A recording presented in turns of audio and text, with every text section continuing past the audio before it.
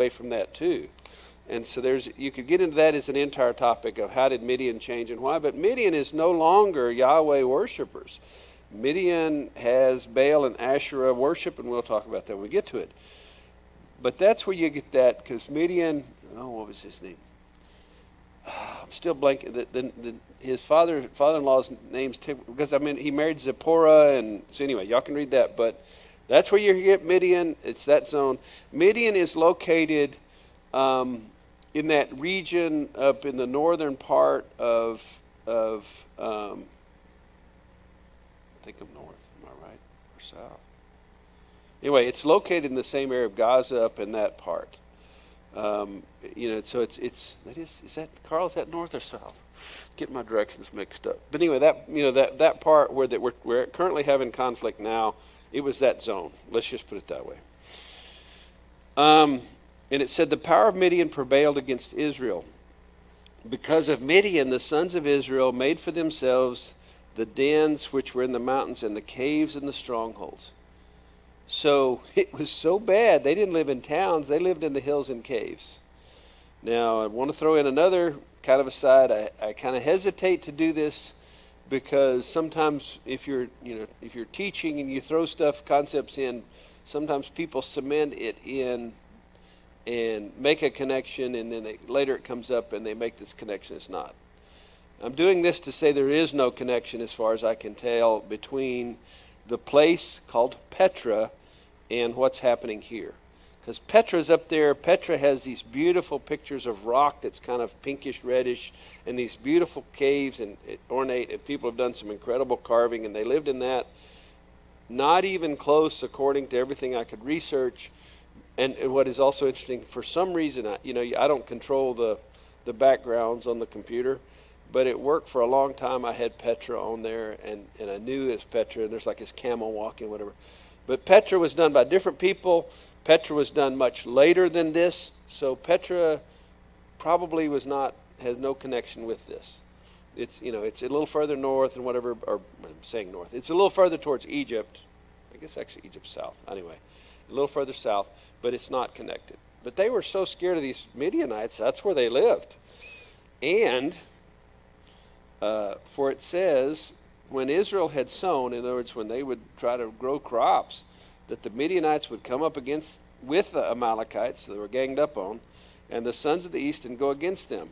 So basically, you plant corn, and when it gets ready to harvest the corn, they come in and get it.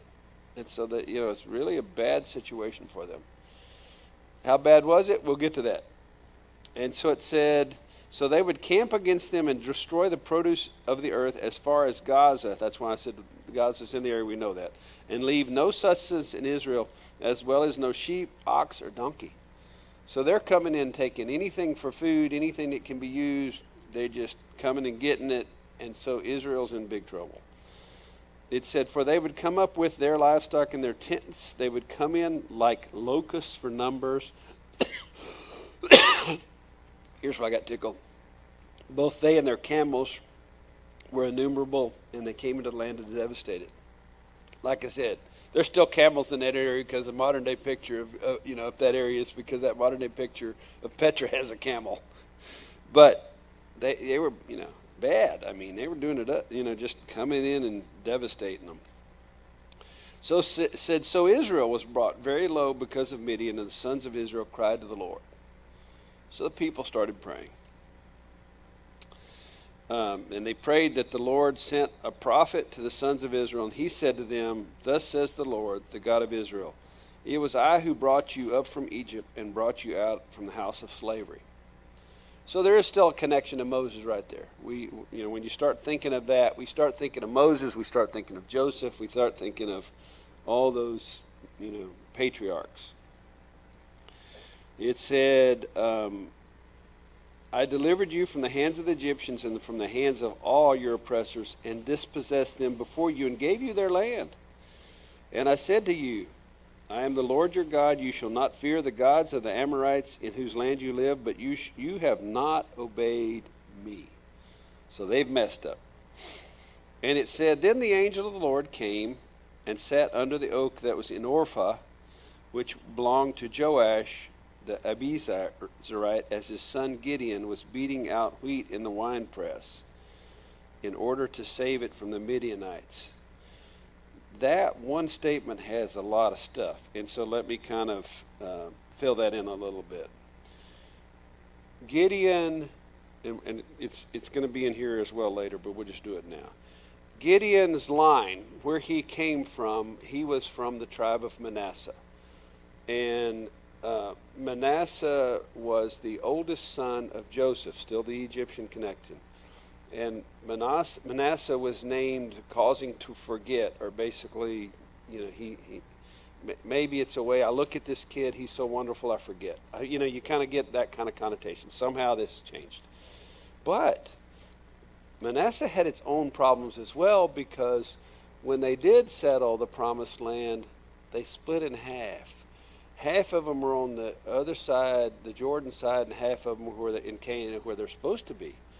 So that created multiple problems.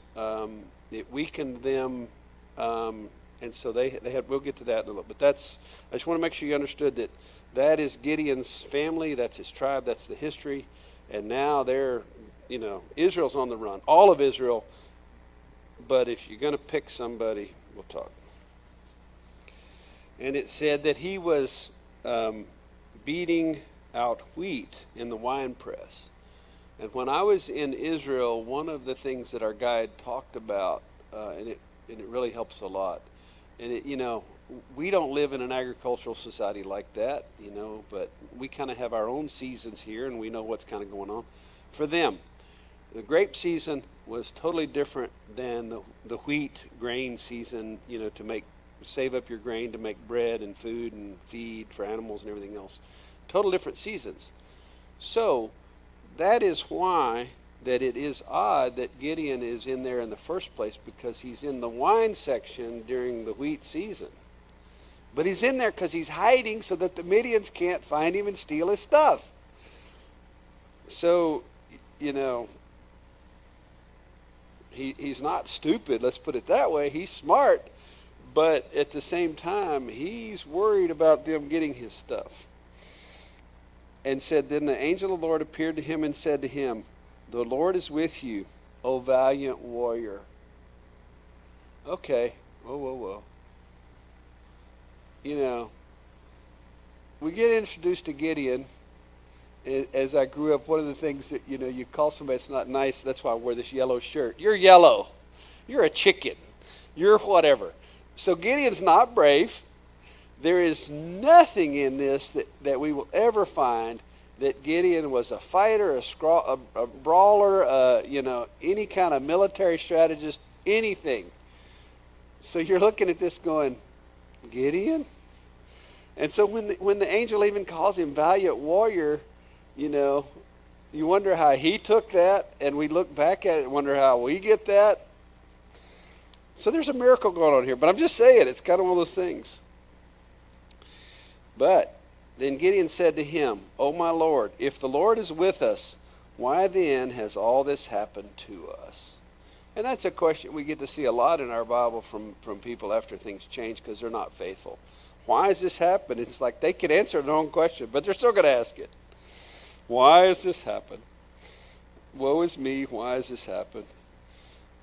And where are all his miracles which our fathers told us about?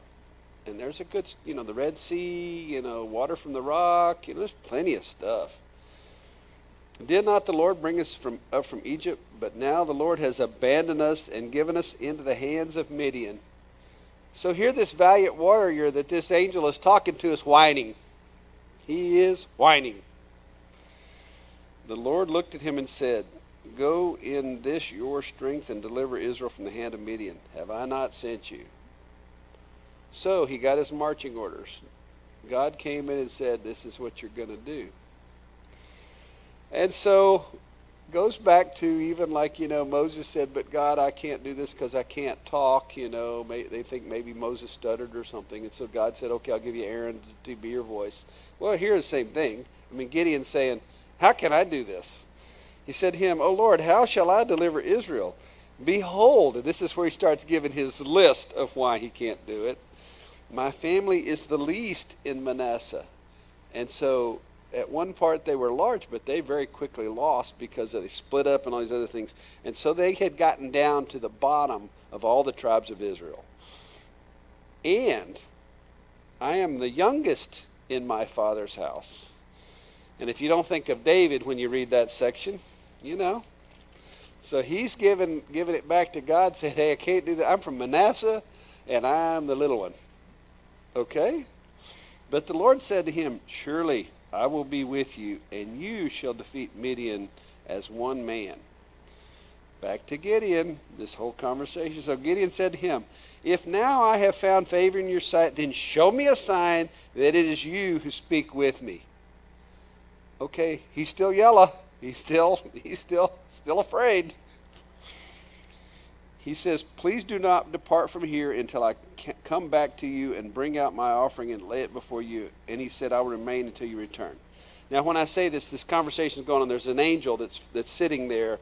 And so, you know, it doesn't say that he had to say, you know, I'm going to go get Carl and so Carl can see this angel. He's not doing that.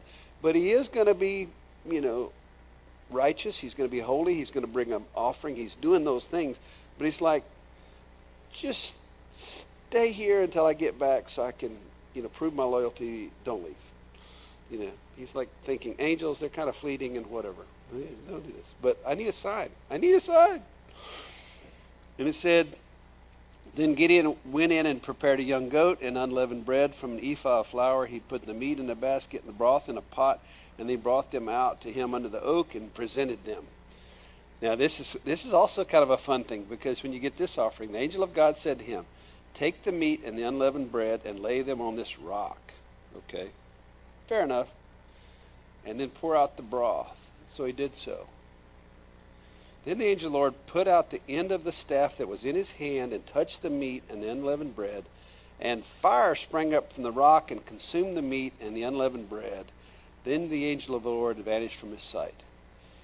Now, for me, it's not that it's a you know, it'd be totally wild and a miracle to see this rock turn into fire and all that stuff. I get that. That'd be really cool.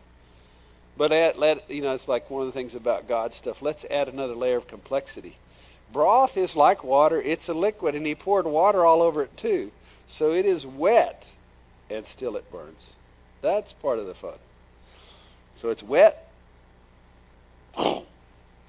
So surely that's, you know, pretty amazing. It's got to be. You know, the angel's still there, the offering's accepted, and the angel's gone. So Gideon should be like big-chested, like, hey, we let's go. When Gideon saw that he was with the angel of the Lord, he said, alas, O Lord God, for now I have seen the angel of the Lord face to face. The Lord said to him, peace to you, do not fear, you shall not die. How do you interpret that? You're not going to die. God didn't mean it in forever. But I think the thing we have to see is that one of the fears that they had, and it's righteously so, is that seeing God or an angel of God's a big deal, and you worry, you know, what's going to happen to you. And so Gideon may just be thinking, I've seen this angel of God. Am I going to die because I've been in this presence? Am I really in heaven? I mean, what's going on? I think there's that fear, and I get that. I totally understand that. You know, like we know after Moses saw the backside of God, his face glowed. So I think that's where the angel, and God's just saying to him, don't worry, you're okay. You have seen a holy thing, and you're okay.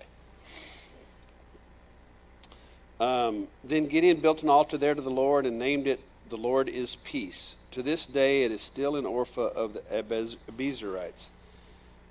Failed in my research. I didn't look that up. There may still be, I bet the place is still there, but what I'm saying is it may really still be there. I mean, like, you may be able to go to MapQuest and find it. I don't know. Now on the same night the Lord said to him, take your father's bull and the second bull, 7 years old, and pull down the altar of Baal which belongs to your father, and cut down the Asherah that is beside it. Okay, now that is like, whoa. So we're in this area. They're supposed to be worshiping Yahweh, but they're worshiping Baal and Asherah. And I didn't do any of the digging on this because I'm not sure how much of this still translates, but there's the one of the things that goes with some of this, especially the Baal worship and everything else, is fertility for the land to produce crops and all this stuff. And so there's Baal and there's Asherah, and their union. If things are good, those two get together and have sex, and then everything's good in the world, and that's kind of part of the thing. I do know that. And so there's a temple to Baal that they're talking about, or an altar, I guess. And then there's an Asherah, which is a pole, kind of like, I guess, we talk about in the north west areas, Alaska up in there, they built totem poles. Those are not the same as this, but they had they're poles that were part of this whole pagan worship. So they're basically, God's saying, pull down the altar and cut down the Asherah. Build an altar to the Lord your God on top of this stronghold in an orderly manner, and take a second bull and offer a burnt offering with the wood of the Asherah, which you shall cut down. That's this is where that Gideon gets his backbone. Because now you're going to do something against your father, and it's obvious. It's a place that people can see. Everybody's going to know. But I still think that there's something that's still here we'll get to. But then he said, Gideon took 10 men of his servants and did, the Lord has spoken to him. But back to his name, it means to cut down. So he already had the name of cutting trees and whatever. So maybe he was a woodcutter. I don't know. He got the thing cut down. He tore down the stronghold. But it says, and because he was too afraid of his father's household and the men of the city to do it by day, he did it by night. So this valiant Gideon does do it, but he's like, and so I don't know, do you look at that saying he's not stupid? Maybe that's the deal. He's going to do what God told him to. God didn't give him the time, and he says, well, smarter things do this at night because they're asleep and they won't know they've done it until the next morning. And so he did.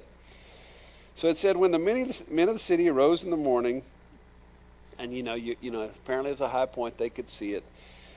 So they rose in the morning, and the altar of Baal was torn down, the Asherah which was beside it was cut down, the second bull was offered on the altar in which he is built, and only that the offering was burned with the wood that they cut down from the pole. And they said, who did this?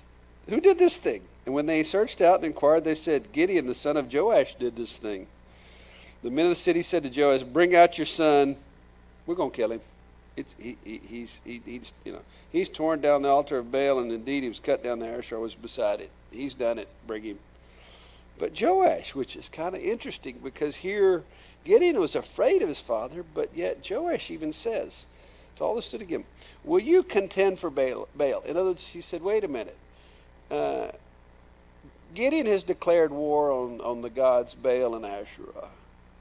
And you're going to be the enforcer of this god, Baal and Asherah, against my son. We got a divine thing. You got a human being here, and you guys are going to be the enforcers, that you're going to do this. Why don't we, I'm just going to paraphrase this section, but he says, why don't we just let these gods take care of business? Surely your gods are strong enough and good enough to take care of Gideon, so just stay out of it. We got divine at work.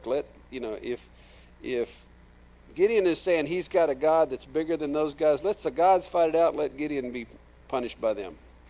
Whoever will plead for him shall be put to death by morning. If he is a god, let him contend for himself, because someone has torn down his altar. Baal ought to be mad. Baal's going to, let's just watch it play out. And therefore on that day he named him Jerubbaal, that is to say, let Baal contend against him, because he had torn down his altar. So in a way you kind of even get like a little bit of fatherly pride in this whole thing, saying, well, you did it. I'm still going to give you some distance, but you got a new name now, buddy. You got a nickname. You're the guy who did it. And for the rest of your life, you're going to say that you're the guy that contended with Baal, and Baal has to contend with you.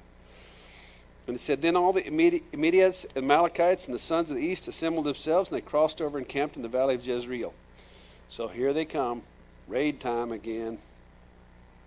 So the Spirit of the Lord came upon Gideon, and he blew a trumpet, and the Abiezrites were called together to follow him. He sent messengers throughout Manasseh, and they also were called together to follow him. And he sent messengers to Asher, Zebulun, and Naphtali, and they came up to meet them. So Gideon is rallying the troops, trying to get people to do it. And I'm sure that, word traveled pretty fast that, hey, this guy has done this. And so the people who are leaning, well, we really still, there obviously are people in the community that still serve Yahweh because they prayed. They prayed for somebody like Gideon. So these are faithful people. And so he sends out the word, if you're faithful, come. And then Gideon says to God, if you will deliver Israel through me as you have spoken, behold, and so now this is where it gets interesting. Because Gideon knows, and there are verses prior to this that says don't test God. There's no, we don't need to do that. And Gideon didn't destroy this temple as a way to test God, unless he's testing their gods, but he's not testing. So he basically has this agreement with God, and he says, okay, I'm going to put fleece wool on the threshing floor. And the next morning, if the fleece is wet from dew and the floor is dry, then I will know that you will deliver Israel through me as you have spoken. So this is one of those things, I don't know what the outcome of this experiment is but I would assume that probably that the observation that they would have is if you leave wool around, it may attract water, but when it does, the ground is also wet. That's an easy deal. What I don't know, and this is maybe the other thing is maybe the ground is colder, obviously, than wool, and the ground may get wet easier because of condensation. It's all the temperature changes and how much humidity and all that stuff. So he said, I know that this is the normal thing. Normally the floor should be wet. Whether the wool's wet or not, I don't know, but the floor should be wet. So he's basically saying, if you'll do this, if the dew is on the fleece only and it's dry on the ground, then I know that you've done it. Okay? And it was so. When he arose early the next morning and squeezed the fleece, he drained the dew from the fleece, a bowl full of water, which, I don't know how much fleece, but that still sounds pretty impressive. I could expect to get your hands wet, but to really drain them, I don't know. And then Gideon said, and the ground was dry. So then Gideon said to God, do not let your anger burn against me, that I may speak once more. Chicken. Please let me make a test once more with the fleece. Let it now be dry only on the fleece, and let there be dew on the ground. Let's make the ground wet. Let's try this experiment again. God said so that night, for it was dry only on the fleece, and dew was on the ground. So God said, Gideon spends 2 days trying to make sure that he's received the message, it's correct, I've got my marching orders. Okay. Then Jerubbaal, or Gideon, and all the people who were with him rose early and camped beside the spring of Harod, and the camp of Midian was on the north side of them by the hill of Moreh in the valley.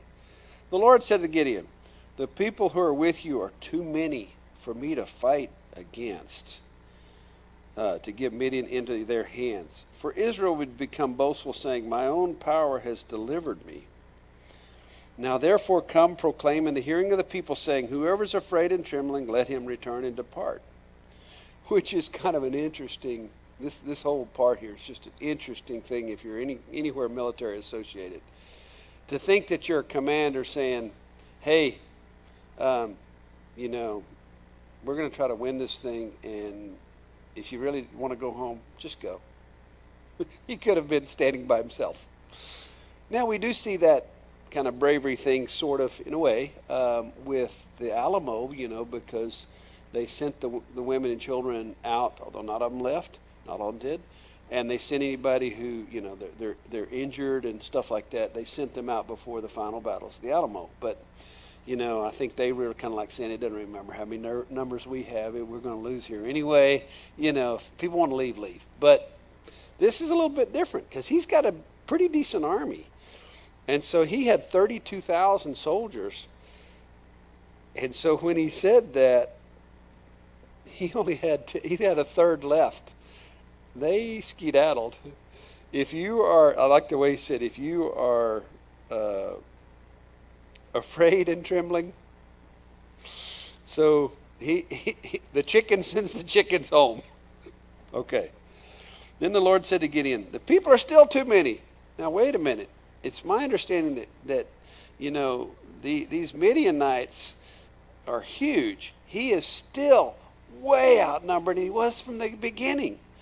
So, this is one of those times if you have to do a reality check and say, something's just not right here. I'm crazy. This is nuts. I'm sending my soldiers home, and we're way outnumbered. It gets worse for Gideon, because then the Lord said, the people are still too many. Bring them down to the water, and I will test them for you there. Therefore it shall be that he of whom I say to you, this one shall go with you, he shall go with you. But every one of whom I say to you, this one shall not go with you, he will not go. So basically Gideon's saying, okay, I'm supposed to bring these guys to the water. And actually the other cool thing, I've been to the place, the spring, I think they call it the Spring of Gideon. I've been to the place, at least where our tour guide in Israel said this happened. And so it's kind of an area you kind of get down into it and whatever. And so you can just kind of get this image that there were lines of these soldiers coming in to get a drink. And, it's not like Gideon said, here's what you're supposed to do. It's like, he's probably saying, here's where you get water, moves his troops there, get water, and we're moving. And so they're coming in, and just a line of them, just, one after another, getting water, and going on. And now, what the people don't know, but God told Gideon, is he said, you shall separate everyone who laps the water with his tongue as a dog laps, as everyone who kneels to drink. So God set it up where Gideon's going to watch, and it's like, okay, this one drinks this way, this one drinks this way. I remember this story, and I had remembered it wrong, because from a young person, because, and I know that I'd remembered it. I've corrected myself since then, because to me, if you're thinking in terms of logical things about military and trying to worry about stuff, if I'm going to pick a soldier, I don't know that I want the guy who puts his head down and drinks straight from the water.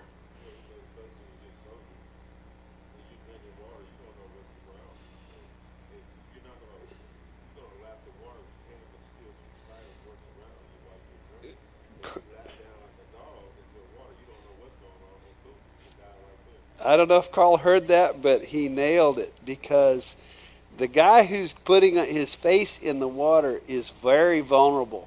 He is not watching out for what's around him. He could be attacked. Whereas the guy who picks it up and looks and drinks, we could also say he's a little more afraid, if you want to go back to the coward thing. But at the same time, that's the smart move. You're like, let's take these dummies. And so for the longest time, I had remembered Gideon taking the smart ones, the ones that pulled it up. But that's not what happened. So you wonder, is this God saying, I want the ones that are faithful, not worried, not afraid? But anyway, so the number of those people who lapped, putting their hand to their mouth, was 300. But all the rest of the people kneeled to drink water. Or did I mess that up?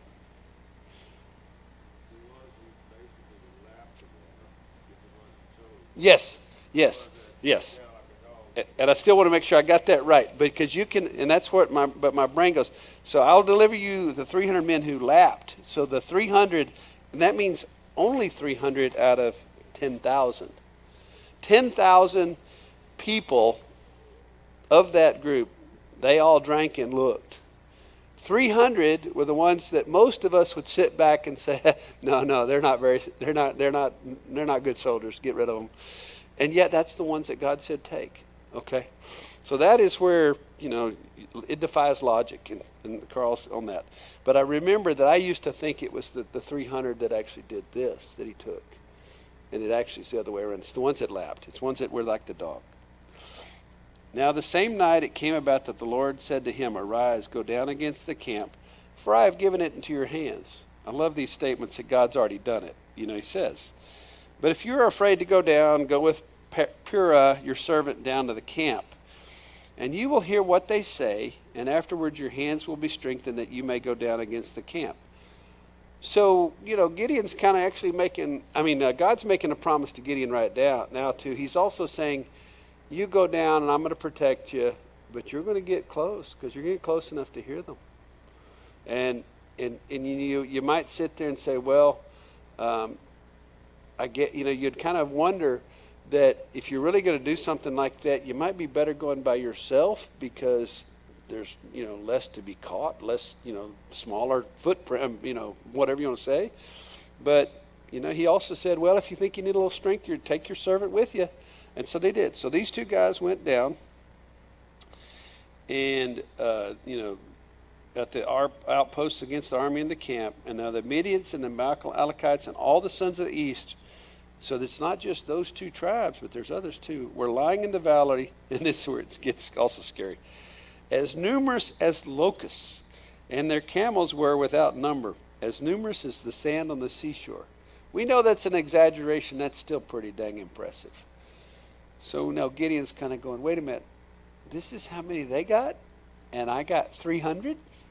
Okay. But it said, when Gideon came, behold, a man was relating a dream to his friend. He said, behold, I had a dream. A loaf of barley bread was tumbling into the camp of Midian, and it came to the tent and struck it so that it fell, and turned it upside down so that the tent lay flat.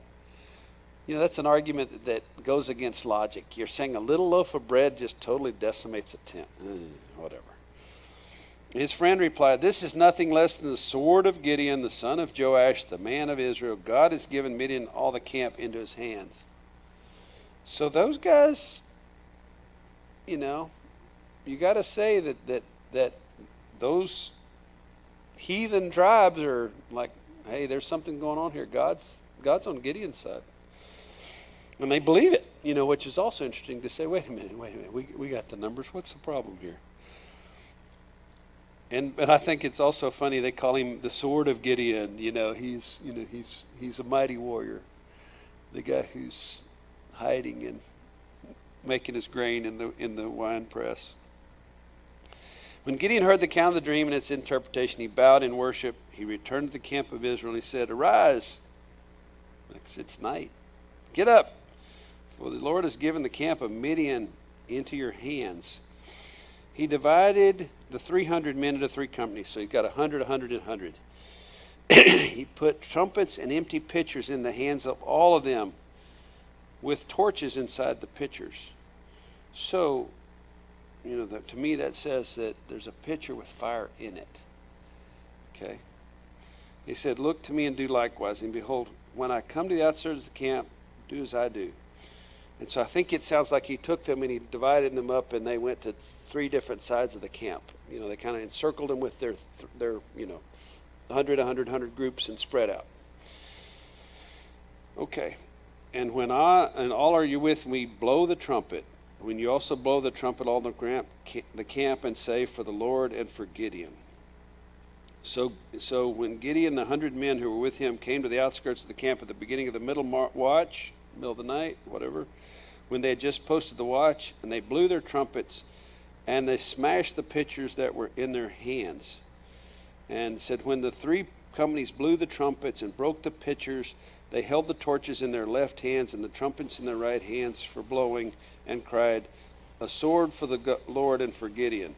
Each stood in his face around the camp, and all the army ran, crying out as they fled. Okay, now I guess, this is one of those things we don't know really. This is something we're reading, but we can't really put together. But maybe, it could be the torch was in the pitcher. The pitcher had oil in it, or something for the torch. The torch wasn't lit. And so that they get to wherever they're going to do it. And when they break the pitcher, they light the torch. And so it's like all of a sudden there's this noise, you're a soldier, you're asleep. Yes, there were soldiers on guards and whatever, but apparently they kind of got around them. They didn't know they were there. And so it just created total confusion because you got a trumpet that wakes you up, you got this crashing sound, and then you got this fire. The place gets lit up on the edges. Now, there's only 300, but they don't know that. And so it created just chaos for the camp. And it said each in his place stood in his place around the camp, and all the army around crying out as they fled. and said, when they blew 300 trumpets, the Lord set the sword of one against the other, even throughout the whole army. And the army fled as far as Beth Shittah towards Zerah, as far as the edge of Abel-Menon by Tabbath. The men of Israel were summoned from Naphtali and Asher and all of Manasseh, and they pursued Midian. So, when this all happened, guys are waking up. It said that when it talks about putting the sword against each other, they would wake up and fight their own men. So there's chaos. They're fighting amongst themselves. They're afraid. They don't know what's going on. And all the confusion, basically, Gideon's guys really didn't have to do anything military, and it's over. And so it said that, Gideon sent messengers, so then the men of Israel, all the people who were out there who were not part of his army, his 300 didn't have to chase them. Those people, hey, they're on the run. And so everybody gets faith and let's go get them. So those other people are now chasing the people there, running them out of the country. Come down against Midian and take the waters before them as far as Beth-barah and the Jordan. So they cleared the whole area. So all the men of Ephraim were summoned, and they took the waters as far as Beth-barah and the Jordan. They captured the two leaders of Midian, Oreb and Zeb. They killed Oreb at the rock of Oreb, and they killed Zeb at the winepress of Zeb. Well, they pursued Midian, and they brought the heads of Oreb and Zeb to Gideon from across the Jordan. You kind of think it's funny that he killed him at this rock of Oreb. Well, I bet the rock wasn't called Oreb until they killed the guy. It's now the rock of Oreb. And the winepress could have been Zeb's winepress, but it's now called the winepress of Zeb, and he's dead there too. So they won this. And so I think this is probably a good stopping point because they have won this. And then we've still got a little more to go with that, but I want to kind of I think that's probably a good stopping point. And then, like I said, next week we'll keep going because there's more that he does and more things that happen. Any of your thoughts, recollections? We talk about Gideon because there's the entire group, the Gideons that give Bibles away. I think it's fascinating to me in a way, too, though, that we still use his name Gideon and instead of Jerubbaal. But Gideon maybe is easier to say and whatever, but, we really probably should be getting, his new name, which is what made him famous. And you really wonder what, the soldiers and everything, what were they calling him? But we still call him Gideon. We still call him his old name. We don't call him his new name. Whereas when we get to some of these, sometimes some of the names in the Bible, we use their later name, not their earlier name, and whatever. But any other thoughts on Gideon so far? But there's a lot to unpack in a very short period of time, in a time when you could say these are dark times for Israel. They couldn't even plant crops and know that they're going to get to eat them. They couldn't even have animals and think they're going to be able to keep them. My brother, and this is kind of a little related, unrelated, but my brother is a sheep raiser, and at one point, not anything recent history, it's been several years, he got to go to Israel with one of the sheep associations, and the Israelis invited them because they want to learn from the Americans that raise sheep. How can we do these things? And it's an exchange. Americans learn, the Israelis learn, they get together. And trust me, firearms are nothing to my brother, nothing, whatever. He's grown up around them, we've grown rural, whatever. But he said, Russ, I get there, and all these guys are carrying M16s. And I'm like, kind of, trying to wonder why that is. And he said, part of me, knows that they are always afraid they might have attack, and a lot of these animal herders live on the edge. They don't live in the cities, obviously, in the center of Israel. They're on the edges of Israel. And so in a way, he said, part of me's thinking they're like the front lines of, if there's invasions and everything else.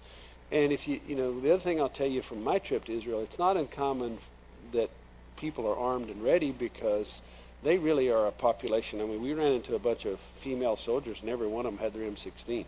These are young girls, around 18, and I say young girls, but I was an old guy and I'm still an old guy. But I thought the scary thing for me is, you get these M16s, and we always, Carl will tell you, you get real nervous if the point of that gun is ever pointed in your direction. And these girls are carrying it like it's a purse or a piece of jewelry. They're not really worried about where the thing's pointing. A girl, would you, let that gun be pointed in a safe place? I don't mind you got it, just don't, So he's with these guys, and they've got these guns. And that's kind of one of his first thoughts is, but he gets to ask them. And they said, well, yeah, that's part of it. But he said, but the other problem, we got two other problems. We got predators. He goes, oh, well, we got predators. And he goes, and so he starts asking, because they've got the same things we do, the foxes and the different animals that try to get them. He goes, and there's also the two-legged kind. And so people are coming from Jordan and these other places trying to steal their animals, and they'll, day, night, or whatever. And so the gun's to protect their animals from the animals and the people. And they're a front line because they're on the border of if something happens. So that's why they carry that. He said they all had it. He said, for him, when he's out there, he's got a gun, but it's in the truck. It's not on his body all the time. And these people really were not putting them down. So kind of like the whole thing of building the wall with in Israel, and they all had a weapon in one hand and a tool in another. So we'll continue Gideon next week. I just wanted to kind of have enough time to get through a lot of it.